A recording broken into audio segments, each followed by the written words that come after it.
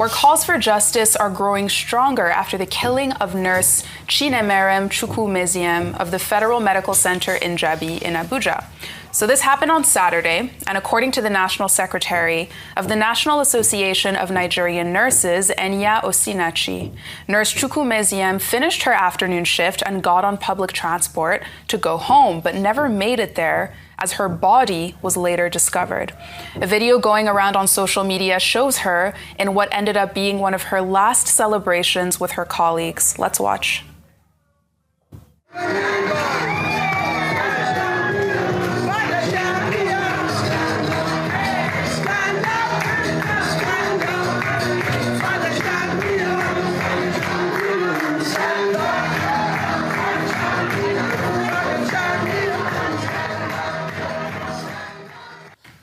May her soul rest in peace. And this tragedy has brought to the fore conversations around the need to protect already stretched healthcare workers.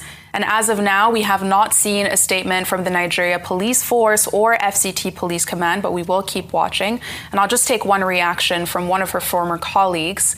Friday says, in a failed state, Nurse Chinemerem was killed by one chance operators in Abuja on her way home from afternoon duty, not from a club at midnight.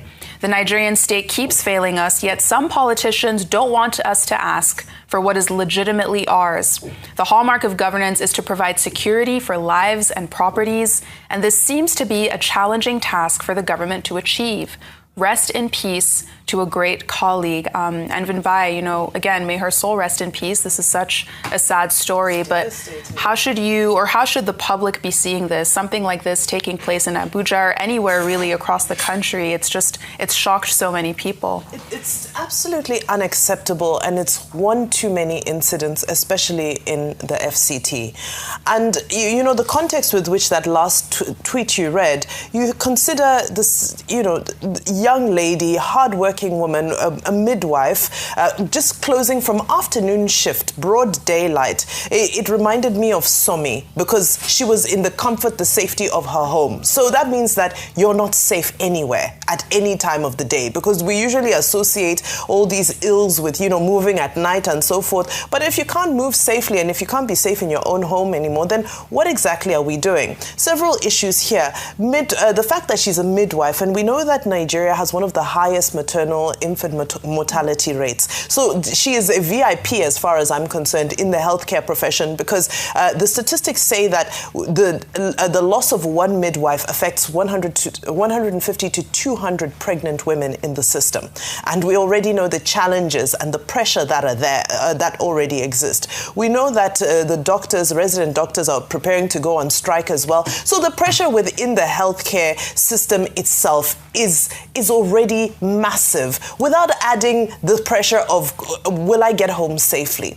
It's unfair and it's unfortunate. Now, the other angle is the angle that I'd spoken about earlier when Rotis was here doing the business segment, which is around social policy, which is around the fact that the reason why people are kicking back against, tax and, having to pay their tax, hand over their hard-earned money, is because people don't have the confidence or the trust. There is no social contract that says that goods and services due to me as a citizen will be delivered. Because under normal circumstances, there should be a well-functioning transport system, especially in the capital city of one of the biggest nations on the African continent. You would expect that there's a service that moves. Now, when I was in Abuja, I remember someone pointed out to me that, yes, there are some bus stations, some bus terminals that had been inaugurated, commissioned, they're said to be operational, but you never really see the buses on the road. So, there should be special services for those in healthcare, essential workers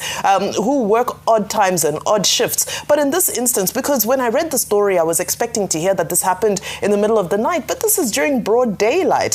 So, my condolences to her, to the family, to the entire medical fraternity who've certainly lost somebody who was a bright star and just beginning in her career. Reading some of the tributes from her colleagues, her friends and her family was just heartbreaking, because we are losing some of our finest and our most promising to things that are highly preventable. This issue of one chance, especially in Abuja, is totally out of control, and there's no reason for it whatsoever. And I hope the Minister of the FCT can return back from his, his tour of Rivers State to give a marching order on the ground with regards to, whatever security infrastructure. Yes, he doesn't control the police, but there are interventions that he can make as a de facto governor, if I may call it that, of that area. Just a caveat. No, this is an unfortunate incident, but it has nothing to do with the Minister of FCT going back to Abuja, because some people have expressed that view. They say, Wike is in Port Harcourt, he should be in Abuja. It has nothing to do with him.